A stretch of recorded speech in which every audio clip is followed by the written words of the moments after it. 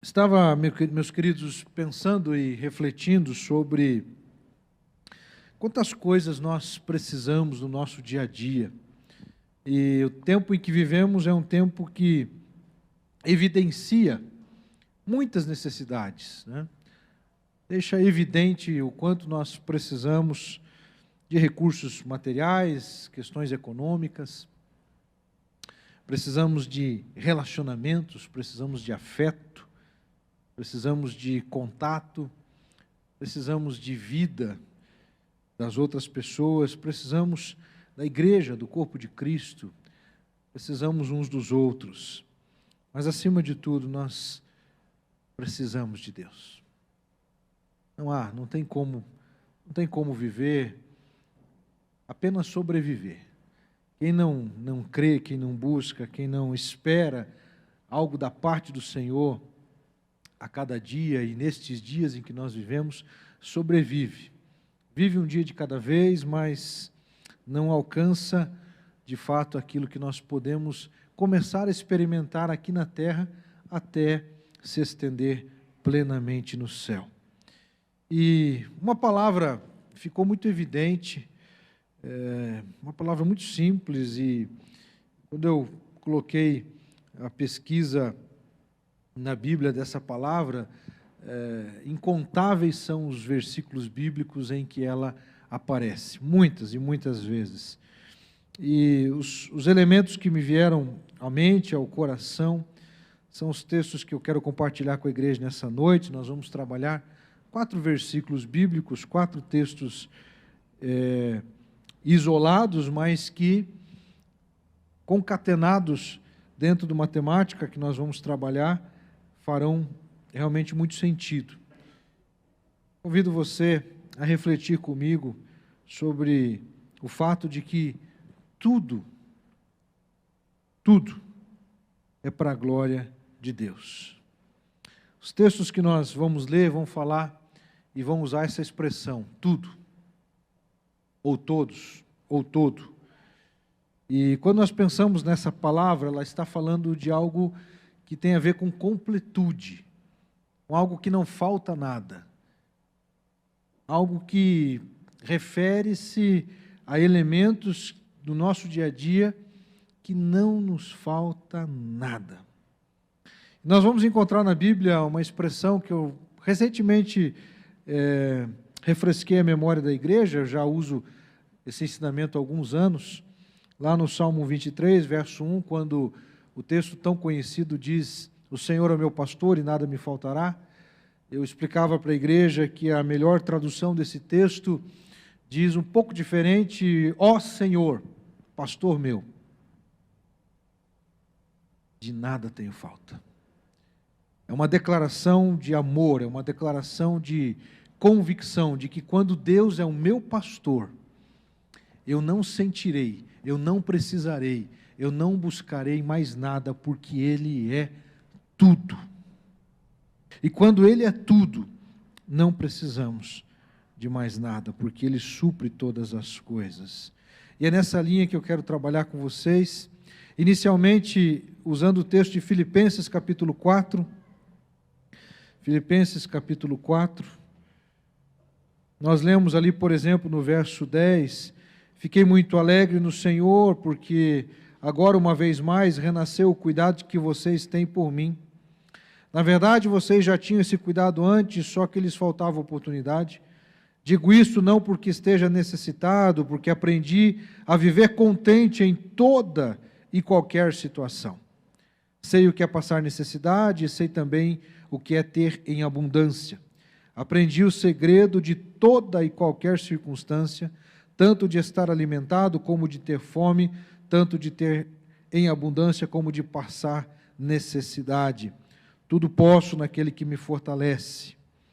E o texto prossegue dizendo, e eu destaco ali no verso 18, "Recebi tudo e tenho até de sobra. Estou suprido desde que Epafrodito me entregou o que vocês me mandaram, que é uma oferta de aroma agradável, um sacrifício que Deus aceita e que lhe agrada". E em destaque o versículo 19, vai aparecer na tela para vocês. E o meu Deus, segundo a sua riqueza em glória, há de suprir em Cristo Jesus tudo aquilo de que vocês precisam. Vamos ler juntos esse texto, queridos? E o meu Deus, segundo a sua riqueza em glória, há de suprir em Cristo Jesus tudo aquilo que vocês precisam. Primeiro destaque, meus irmãos, pensando na glória de Deus. Tudo que se referir às nossas necessidades, Deus suprirá. O meu Deus suprirá todas as coisas. Quando pensamos em algo que precisamos, pense em qualquer coisa que você imagine que você precise. Consegue imaginar? Deus suprirá. Deus suprirá todas as coisas. Nossa tendência é achar que Deus suprirá as coisas materiais. E a nossa dependência de acessar os recursos da terra é tão grande que quando nós oramos, geralmente nós oramos pedindo acerca destas coisas. E Jesus mesmo nos ensinou a orarmos pedindo o pão de cada dia, o pão nosso de cada dia, nos dai hoje. Mas Jesus, ele também ensina outras coisas naquela oração, e nós precisamos aprender, meus irmãos, que tudo que precisamos, de carinho, de afeto, de cuidado, de emoções, tudo nós teremos suprido da parte de Deus. Não há nada que nós possamos imaginar que Deus não se preocupe conosco. Em todas as áreas, Deus se preocupa com as nossas necessidades, com as nossas demandas. Deus se preocupa com o jovem que precisa decidir qual caminho vai seguir em termos de profissão, de estudo, de sequência. Deus se preocupa com a criança que precisa de educação, que precisa de contato, que precisa de carinho, que precisa de livramento. Deus se preocupa com o casal que está em crise e que precisa da intervenção dele para que aquela realidade mude. Deus se preocupa com o homem, Deus se preocupa com a mulher, Deus se preocupa com o jovem, Deus se preocupa com o idoso que esteja passando por algum tipo de necessidade ou dificuldade. Tudo que se referir às nossas necessidades, o meu Deus, segundo a sua riqueza. E o texto é maravilhoso porque ele vai dizer a fonte do recurso, a fonte de onde virá o meu Deus, segundo a sua riqueza em glória.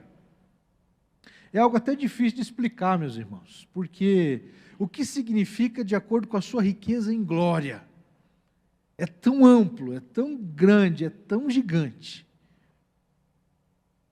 E nós, tantas e tantas vezes, nos permitimos ficar ansiosos e preocupados e temerosos como será o dia de amanhã. Como será o amanhã? Como será a segunda-feira? Como será os próximos dias, as próximas semanas, os próximos meses? Como será o mundo? Como será a situação que envolve pandemia, desemprego, economia, gasolina, combustível aumentando e aumentando, inflação disparando? Como será? Mas é importante, amados, nós vivermos um dia de cada vez. Muitas pessoas têm me perguntado como é que está o coração, e eu também pergunto a você, como é que está o seu coração? Como você está hoje? Como estão os seus pensamentos? Preocupado, aflito, ansioso, tranquilo? Muitas vezes é comum, acho que é algo do dia a dia, o pessoal chega e pergunta, e daí, pastor, está tranquilo? Eu não. Tem tanta coisa para pensar, meu irmão, olha, que não falta é encrenca. Não tem como ficar tranquilo com tanta encrenca, irmãos. Mas estou em paz. Estou em paz. Tenho muita coisa para fazer, mas eu estou em paz. Amados, nós precisamos acessar essa dimensão de que Deus está no controle de todas as coisas. Como é que vai ficar? Eu não sei detalhadamente, mas eu sei que Deus vai cuidar de tudo. Então a gente fica em paz. A gente descansa no Senhor.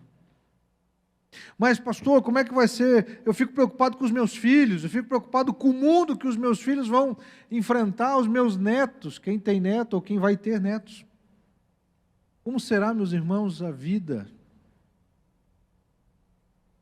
Ontem nós conversávamos com algumas pessoas preocupadas com relação à educação dos filhos, e muito tem se falado sobre dar aula para as crianças em casa, né? E é uma alternativa que está sendo considerada, ponderada, já existe em outros países, mas tudo isso, meus irmãos, é porque há uma preocupação.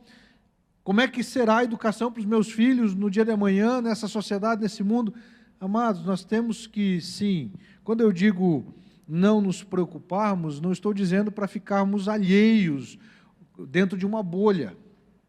O que eu estou dizendo, meus irmãos, é que não adianta se preocupar além da conta. Jesus, ele vai dizer: porventura, as preocupações de vocês podem aumentar o cumprimento da sua vida? Vocês podem aumentar um côvado na história da sua vida, ou seja, um tempo a mais na sua vida? Não, na verdade é o contrário, porque o excesso de preocupações encurta a vida, deixa ela mais pesada, mais difícil.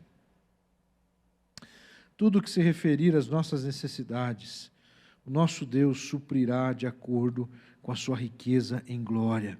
Ele há de suprir em Cristo Jesus. E aqui está um ponto importantíssimo antes de passarmos para o segundo aspecto. Há de suprir em Cristo Jesus. Se Cristo está no barco, como é que diz a canção? Cadê o povo batista raiz aí? Tudo vai bem. Com Cristo no barco, tudo vai bem, queridos. O povo, na verdade, olhou para aquela cena da tempestade e Jesus estava no barco e eles ficam olhando para a tempestade em vez de olhar para Jesus. É muito metafórico isso, é uma alegoria linda, porque a nossa vida é exatamente dessa forma que nós agimos, como aqueles discípulos. Olhamos para a tempestade, olhamos para o vento, olhamos para os perigos, para o que pode acontecer, e se o barco virar, e o que vai acontecer se a tempestade piorar. Mas, queridos, Jesus está no barco. Ele está no barco. Ele está no barco da sua vida? Ele está com você? Então, meu querido, se acalma. Desfruta da paz que somente Jesus Cristo pode dar. A minha paz vos dou, não vou lá dou como o mundo a dá. Não se turbe o vosso coração, nem se atemorize. Descanse no Senhor. Tudo para a glória de Deus, porque aquilo que temos, aquilo que recebemos, vem dEle e é para a glória dEle. Segundo lugar, meus irmãos, tudo que se referir às nossas ações. Colossenses capítulo 3, verso 23, basta você virar um pouquinho a página ali, algumas páginas. Colossenses capítulo 3. Eu estava lendo o capítulo 3 de Colossenses, irmãos, eu encontrei 10 referências dos versos de 5 até o verso 25, da palavra tudo. 10 vezes aparece a palavra tudo. Lá no verso 5 ele diz: portanto, façam morrer tudo que pertence à natureza terrena. Verso 8: agora, porém, abandonem igualmente todas estas coisas. Ele vai descrever. No verso 11, aqui não pode haver mais grego e judeu, circuncisão e circuncisão, bárbaro, cita, escravo, livre, mas Cristo é tudo em todos. Verso 14, acima de tudo, porém, esteja o amor. Verso 16, instruam e aconselhem-se mutuamente em toda sabedoria. Verso 17, e tudo que fizerem, seja em palavra, seja em ação, façam em nome do Senhor Jesus, dando por ele graças a Deus Pai. Verso 20, filhos, em tudo obedeçam a seus pais. Verso 22, servam, obedeçam em tudo a seus senhores. Verso 23, que é o foco e destaque dessa palavra agora, tudo que fizerem, façam de todo o coração, como para o Senhor e não para as pessoas. Tudo que se referir às nossas ações precisa ser para a glória de Deus. Tudo que se referir às nossas ações, eu destaquei rapidamente, mas retorno ao verso 5, tudo que pertence à natureza terrena, imoralidade sexual, impureza, paixões, maus desejos, avareza, que é a idolatria. Verso 8, agora, porém, abandonem igualmente todas estas coisas, a ira, a indignação, a maldade, a blasfêmia, linguagem obscena no falar, não mintam uns aos outros, uma vez que vocês se despiram da velha natureza com as suas práticas. Veja que tudo que se refere às nossas ações, elas precisam ser para a glória de Deus, do que não fazer e do que fazer. Ele vai descrever a partir do verso 18, a respeito dos relacionamentos, vai falar sobre o relacionamento entre esposas e esposos, maridos e esposas, filhos, pais. Tudo precisa ter a perspectiva de que o que fizermos é para a glória de Deus. E eu estou querendo, meus irmãos, enfatizar, e espero até o final da mensagem alcançar o seguinte objetivo, que você guarde na sua mente, guarde esta palavra nos seus olhos, tudo. Por isso que eu coloquei em letras garrafais gigante ali na tela. Coloca lá aquela primeira imagem, tudo. Tudo, meus irmãos, é para a glória de Deus. Tudo que você pensar, tudo que você fizer, tudo que você sentir, tudo que você desejar, tudo deve ser para Ele. Sabe por quê? Porque tudo é dEle. Tudo é dEle. Então, tudo quanto fizerdes, fazei-o de todo o coração. O verso 23 destaca para nós. Tudo que fizermos, tudo quanto fizerdes, primeiramente, diz respeito ao que fizermos. Então, tudo que fizermos, o jeito que nós olhamos, o jeito que nós conversamos, o jeito que nós andamos, a maneira como nos relacionamos com as pessoas, a maneira como nós compramos, a maneira como nós vendemos, a maneira como nós trabalhamos, a maneira como nós limpamos, a maneira como nós nos vestimos, a maneira como nós interagimos, tudo que fizerdes. Está claro isso? Está claro, meus queridos? Vence esse frio aí, gente, misericórdia. Tudo que fizermos precisa ser feito de todo o coração. O que significa a expressão todo o coração? A expressão todo o coração, ela é conceitual na Bíblia. Jesus ele vai nos ensinar a amar a Deus sobre todas as coisas e ao próximo como a nós mesmos. Ele vai nos ensinar, meus irmãos, que nós devemos, com todas as nossas forças, de todo o nosso coração, amar a Deus sobre todas as coisas e ao próximo como nós mesmos. Muitas vezes nós estamos distraídos e eu percebo que esse é um grande desafio para os nossos dias.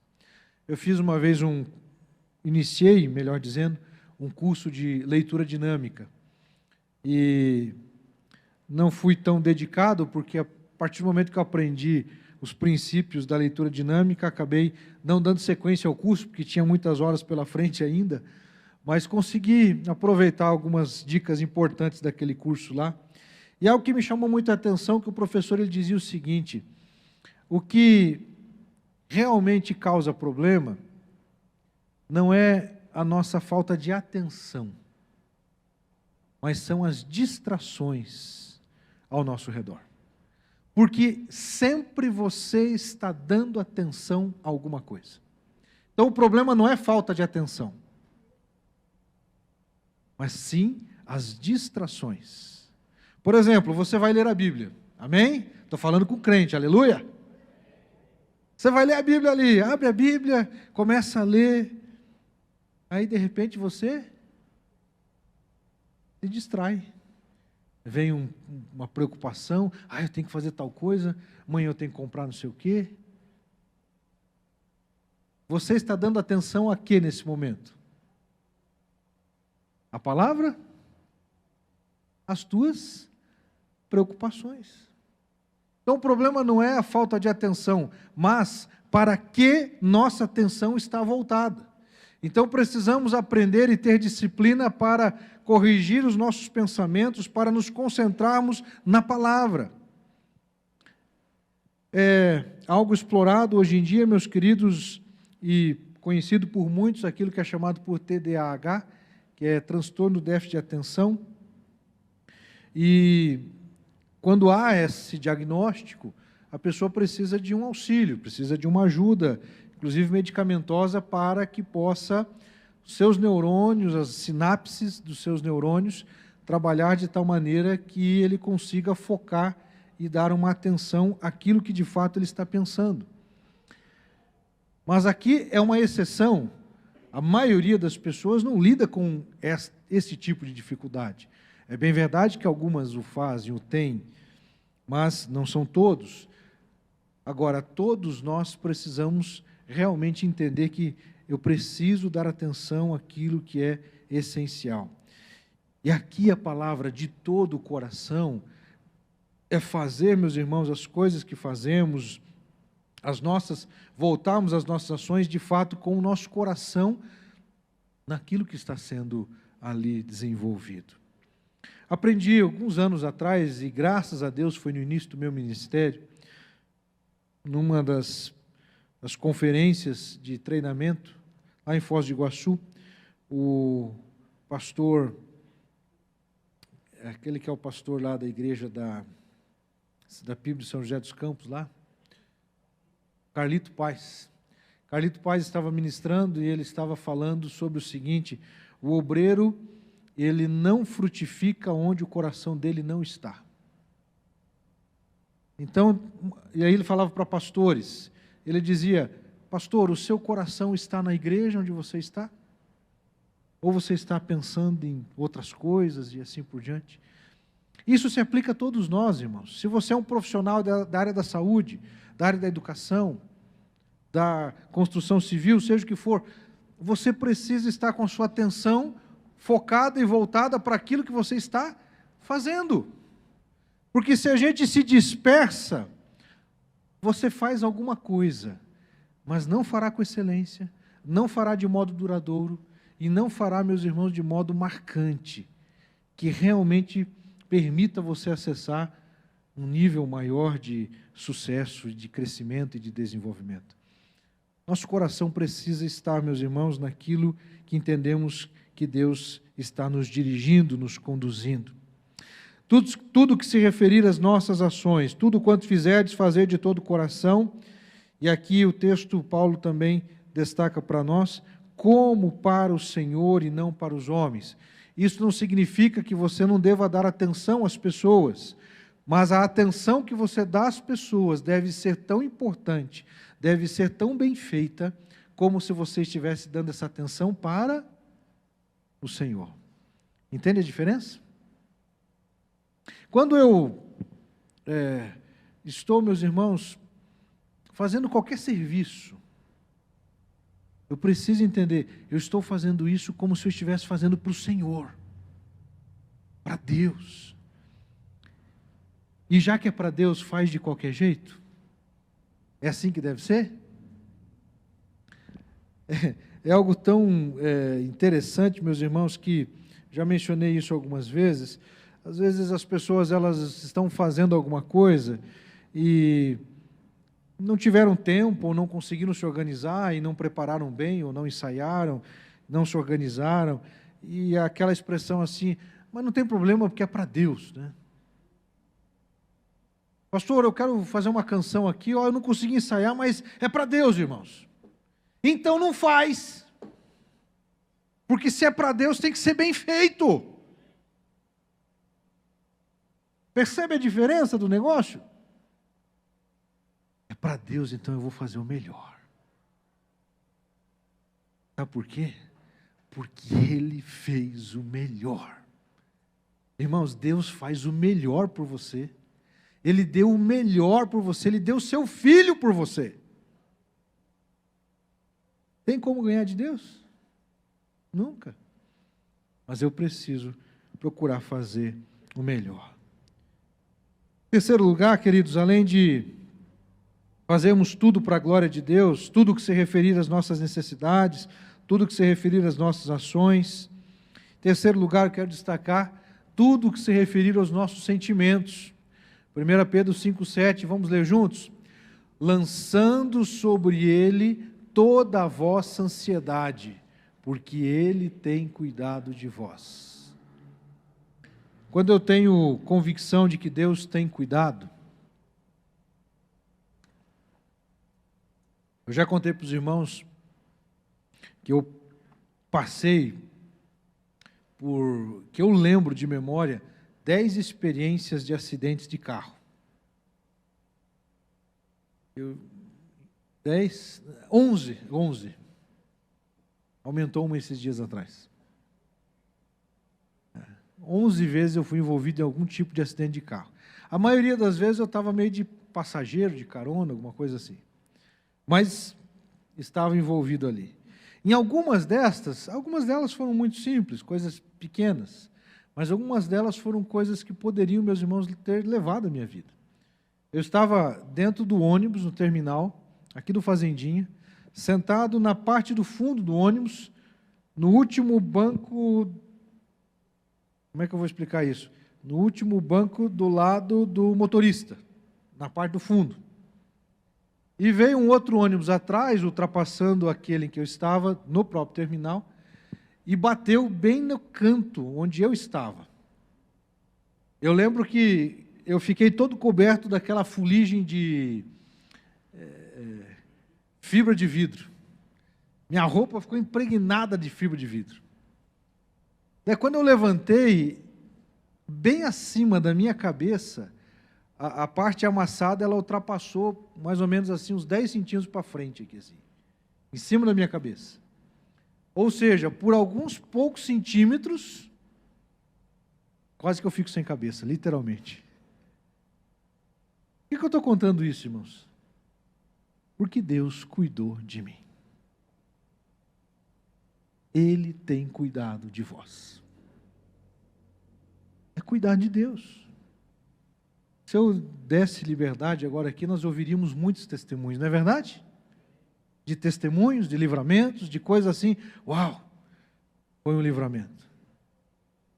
Livramento de se queimar com o cobertor no aquecedor? Né, Vanessa? E tantos outros livramentos, irmãos. É graça de Deus. Agora, o que acontece? Pedro está dizendo para nós, lançando sobre ele. A palavra, a expressão do lançar, é você pegar aquilo que você tem, retirar de você e se desvencilhar daquilo. Ou seja, aquilo não estará mais conectado a você. Porque você lançou, você jogou para longe. Aquilo não está mais próximo de ti, mas está longe de ti. Então, lançando sobre ele toda a vossa ansiedade. E a ansiedade, muitos chamam de o mal do século. Não sei se é só do século ou de todos os séculos, porque a ansiedade sempre esteve presente na vida humana. Os problemas, em alguns aspectos, eram outros, mas a ansiedade sempre esteve presente. Então, lançando sobre ele toda a vossa ansiedade. E a ansiedade, na verdade, é excesso de preocupação. Então, as preocupações, de Jesus vai dizer assim, buscar em primeiro lugar o reino de Deus, Mateus 6,33, lembram? Mas buscar em primeiro lugar o reino de Deus e a sua justiça, e estas coisas vos serão acrescentadas. E ele continua dizendo para nós lá no no verso 34, né? Mateus 6, 34.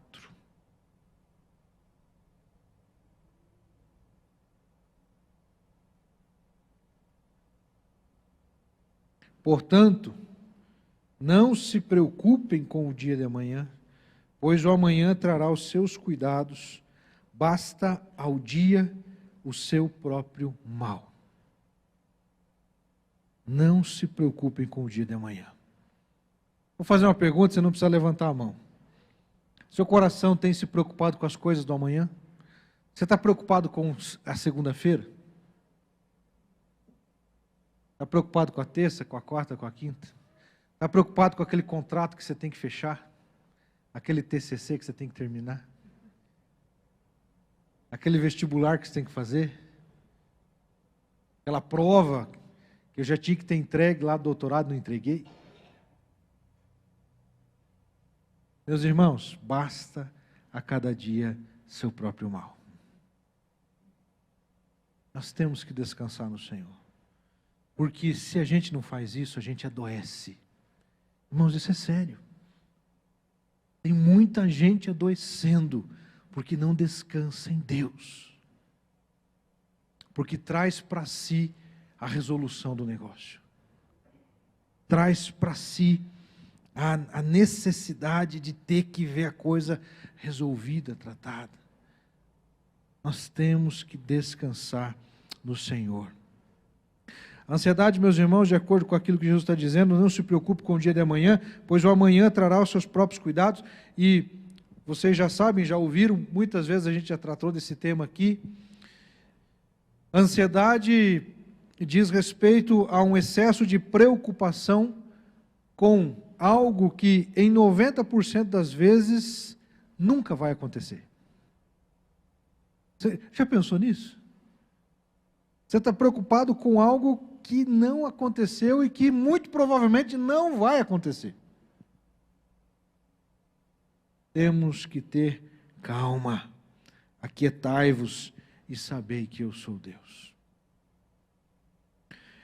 Deparando-se com algumas dificuldades, com algumas provações, eu experimentei, meus irmãos, livramentos que eu de fato cheguei para o Senhor e disse assim: Senhor, eu não tenho o que fazer, eu não sei o que fazer, não sei como lidar. Passaram-se alguns dias e a situação se resolveu sozinha. Sozinha é modo de dizer. Porque, na verdade, o que aconteceu? Deus interviu.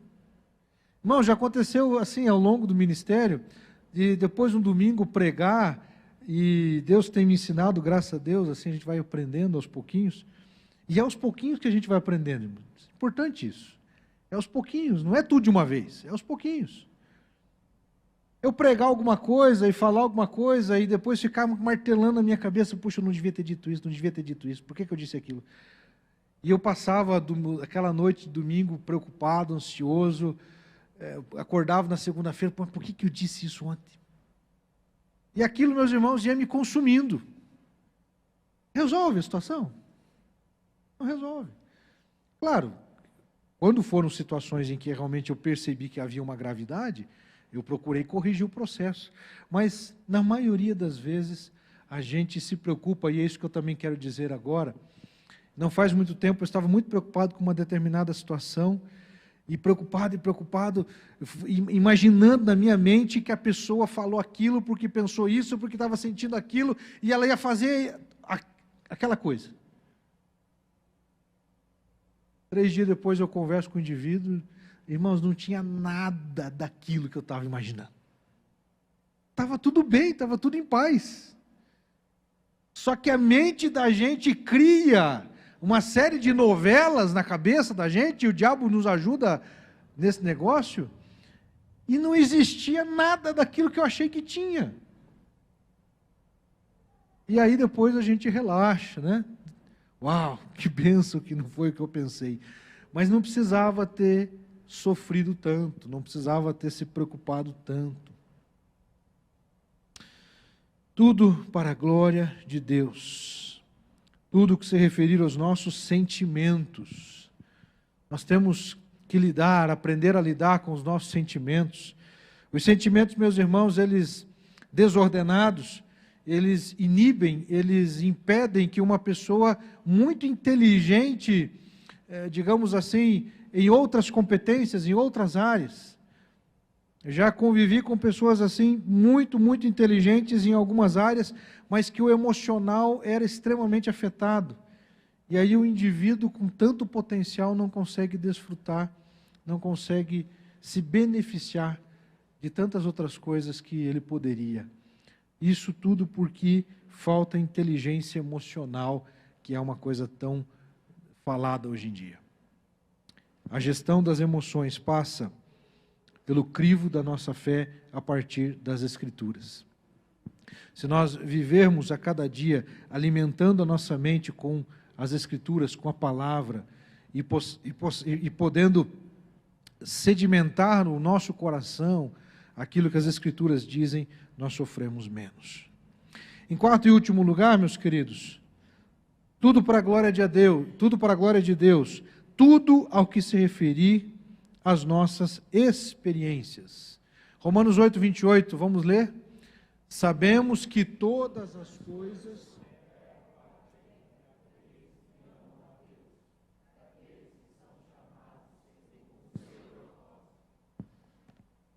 Quantas vezes você já disse isso para alguém?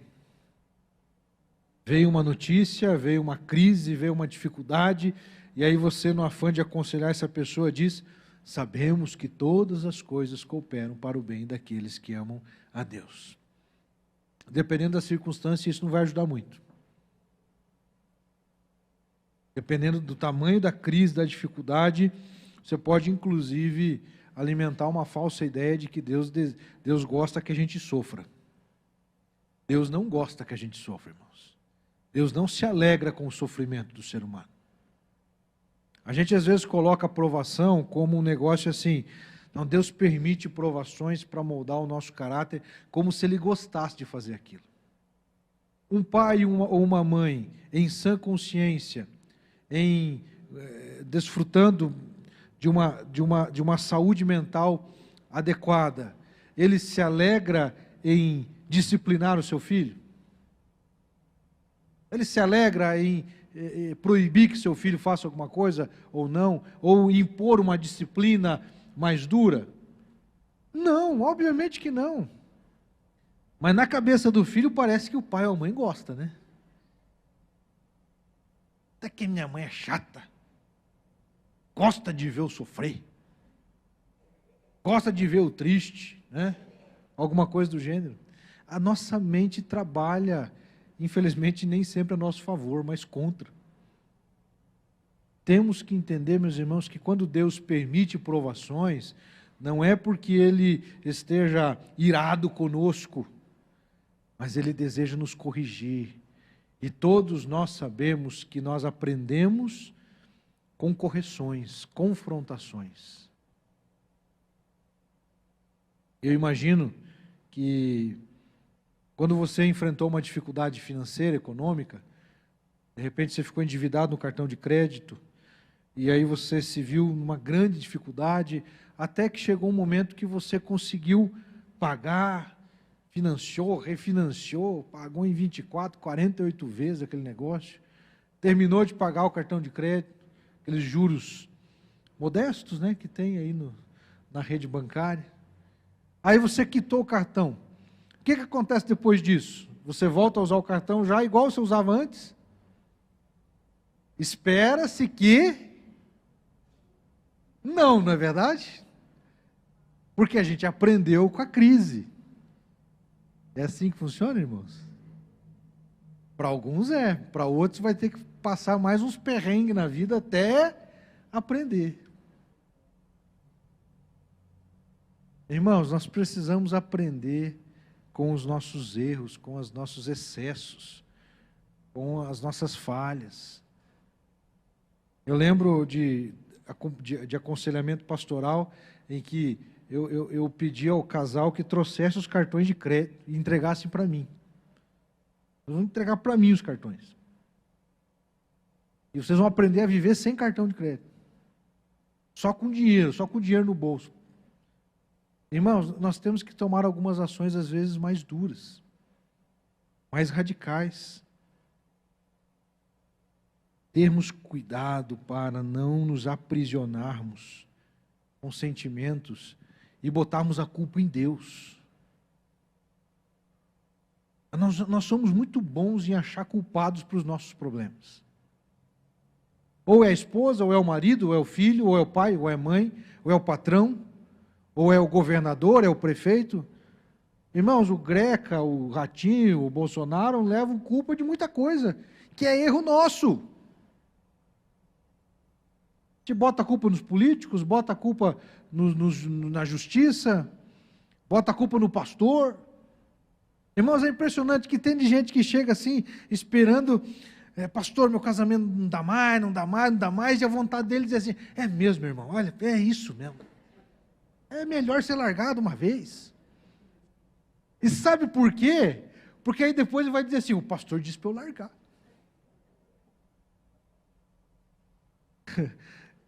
Amados, nós lidamos com essa situação o tempo todo.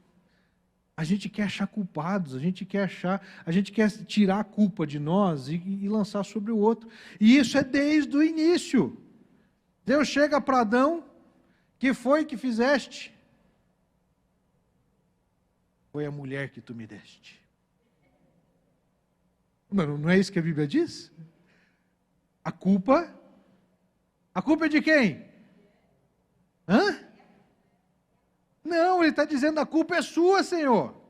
Foi o Senhor que me deu ela. A culpa é tua. A mulher que tu me deste. A gente bota a culpa em Deus, irmãos. E é claro, também por tabela colocou a culpa nela. Amados, temos que aprender a assumir as nossas responsabilidades. Assumir os nossos erros. Aquela expressão do relato bíblico que diz que Jesus estava contemplando um momento de culto e um dos fariseus lá estava orando em pé na sinagoga e com palavras bonitas e tal, até que um outro homem diz assim, gritava e batia no peito, miserável homem que sou. E Jesus vai dizer, esse sim, verdadeiramente está correto, está adorando, é justo. Enquanto a gente fica achando culpados, não estou dizendo que os outros não tenham participação em alguns dos nossos sofrimentos. Eu estou dizendo, meus irmãos, é que eu preciso realmente entender e ter uma autocompreensão dos meus erros, das minhas falhas, das minhas ações, porque uma máxima nós temos aprendido nesse tempo. Numa briga entre duas pessoas, numa crise entre duas pessoas, você só consegue mudar uma. Quem é a pessoa que você vai conseguir mudar? Você mesmo. Só que a gente quer mudar o outro. A minha mulher tem que mudar, meu marido tem que mudar, meu filho tem que mudar. Precisamos aprender, queridos, que vidas transformadas transformam vidas. Sabemos que todas as coisas cooperam para o bem daqueles que amam a Deus, daqueles que são chamados segundo o seu propósito. Sabemos que todas as coisas convergem, se alinham, se direcionam, se unem em prol de o bem daqueles que amam a Deus. Será difícil compreender isso nos momentos de maior luto, dificuldades que possamos enfrentar. Será difícil compreender como a perda de alguém que amamos, ou a perda de um emprego, ou uma doença que bate à nossa porta, uma crise econômica instaurada, pode convergir para o bem daqueles que amam a Deus. Mas eu preciso crer que Deus está cuidando de todas as coisas. Amados, a gente até acredita, mas não sei se o suficiente, que Deus está cuidando de tudo. A gente, não, Deus está no controle, Deus está no controle. Até que as coisas saem do controle. Precisamos aprender a depender de Deus. A depender do Senhor em todo o tempo e para todas as circunstâncias, em todas as situações. Sabemos que todas as coisas cooperam para o bem daqueles que amam a Deus, daqueles que são chamados segundo o seu propósito. E aí temos também convicção de que Deus tem um propósito para as nossas vidas. Deus tem um propósito para a nossa história. Então, a experiência que eu estou vivendo hoje, eu talvez, e muito provavelmente, não sei dizer de que maneira, mas ela está me preparando hoje para amanhã. O que você está vivendo hoje te prepara para o amanhã. Se você estiver vivendo de acordo com o propósito de Deus. Quando é que as coisas fogem desse prumo, dessa circunstância?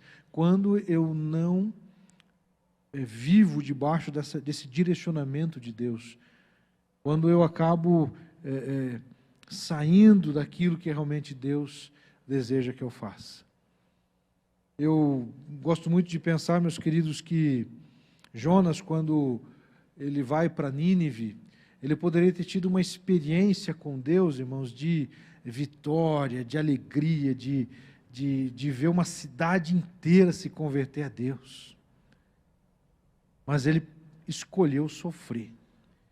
Ele escolheu o caminho de dificuldade, de crise.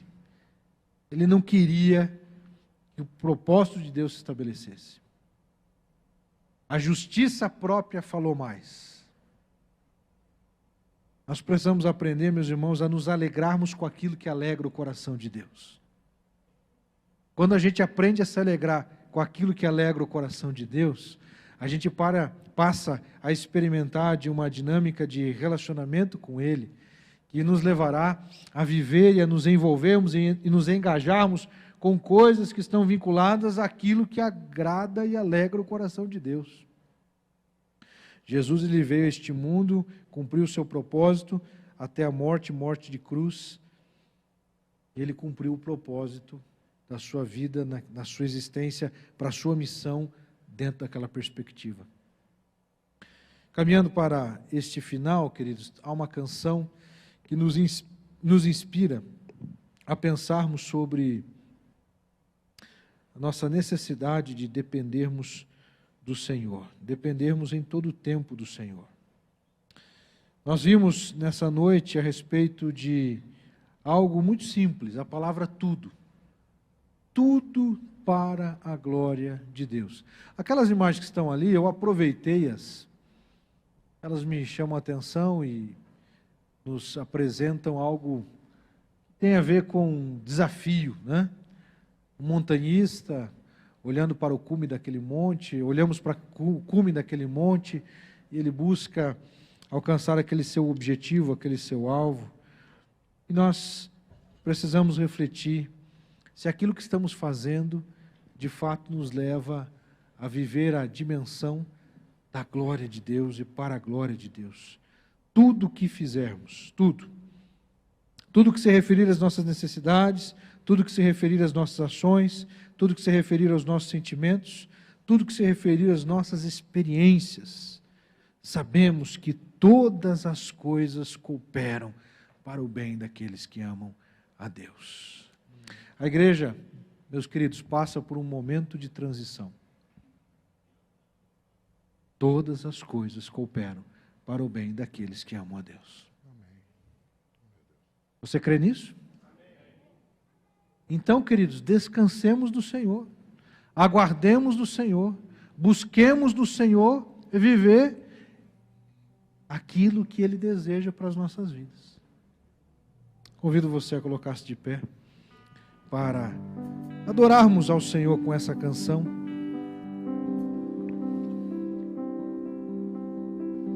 Que você possa refletir no conteúdo dessa mensagem e dizer: Dependemos de Ti, ó Senhor.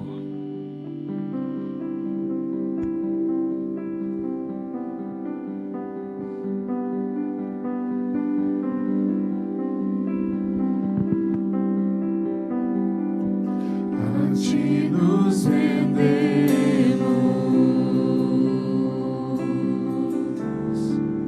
com tudo que temos, os conceitos, o corpo, a emoção, a esperança, o temor e a razão.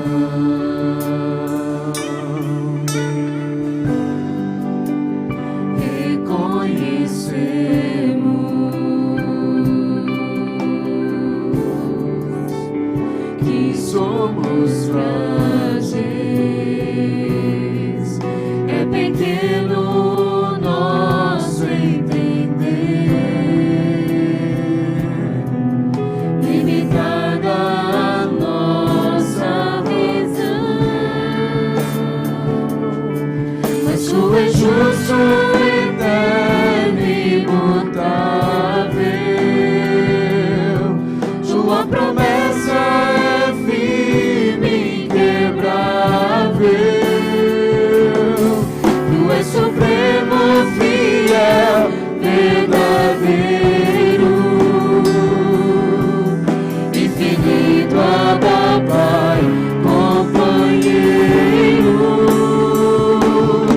Tu és o Deus que dá sentido à vida, que beneficia a alma falida, a fonte de água que nos sacia. Dependemos de Ti, ó Senhor.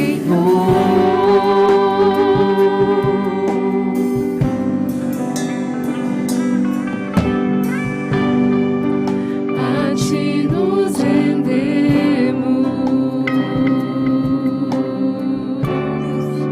com tudo que temos, os conceitos, o corpo, a emoção, a esperança, o temor e a razão.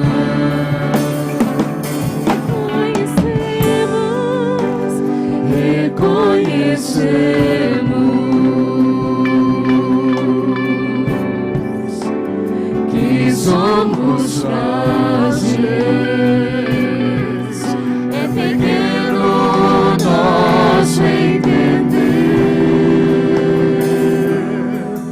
limitada a nossa visão, mas Tu és justo, eterno e imutável. Tua promessa é firme, inquebrável.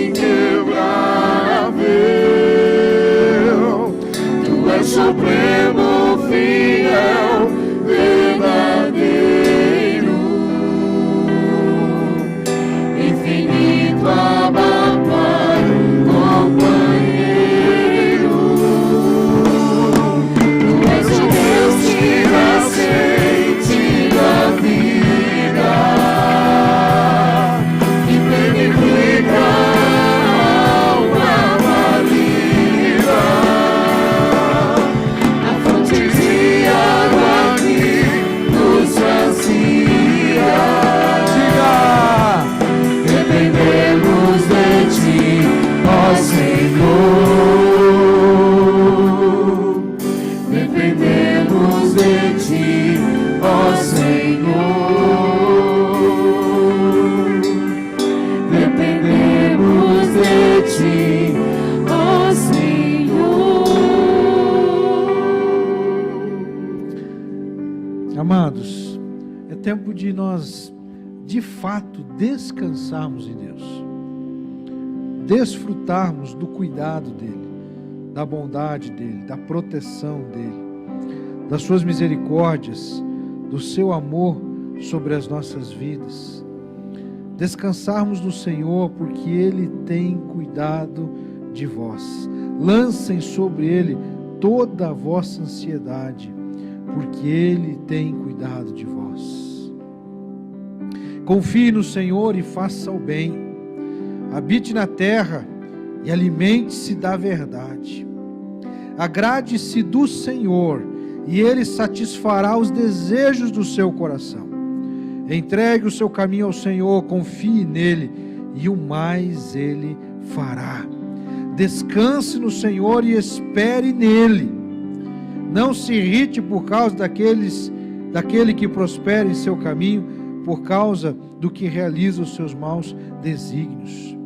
Não permitamos, meus irmãos, que a nossa mente, o nosso coração nos confunda. Precisamos descansar no Senhor e esperar nele.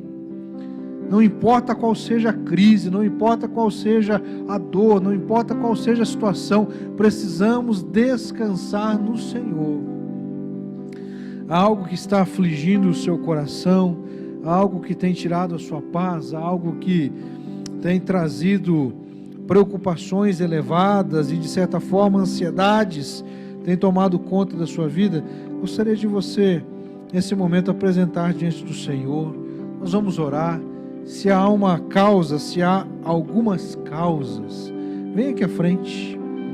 Gostaria de orar com você nesse momento. Tudo é para a glória de Deus. Necessidades, nossas ações, sentimentos e experiências, tudo para a glória de Deus. Não precisa continuar sofrendo, não precisa continuar em crise, não precisa continuar em luta. Descanse no Senhor, descanse no Senhor. Senhor nosso Deus e Pai, em nome de Jesus, Tu conheces, ó Pai, o nosso coração. O Senhor sabe, ó Pai, os sentimentos que estão, ó Deus, prevalecendo em nossa mente. Pai amado, neste momento, em nome de Jesus, eu venho pedir ao Senhor algo especial da Tua parte, trazendo, ó Deus, alívio na mente, alívio no coração, trazendo paz, ó Deus, e retirando todas as aflições, toda a ansiedade. Pai, retira como que se fosse com Tua mão, Senhor, todo o mal. Em nome de Jesus, repreendemos tudo aquilo que vem do maligno, tudo aquilo que o maligno tem semeado, todos os sentimentos maus, pensamentos maus, tudo aquilo que é semente de Satanás, em nome de Jesus, nós jogamos fora da nossa vida. Nós renunciamos toda arma projetada, lançada contra nós, toda armadilha feita contra as nossas vidas, nossas famílias, em nome de Jesus, estão desarticulados todas as ações de Satanás e seus demônios. Pai, nós abençoamos o Teu povo nessa hora, abençoamos as famílias, os homens, as mulheres, os jovens, as crianças, os adultos, os idosos. Pai, que a Tua bênção seja sobre cada um, trazendo alento, trazendo paz, a paz que excede todo o entendimento. Ó Deus, precisamos entender, Pai, que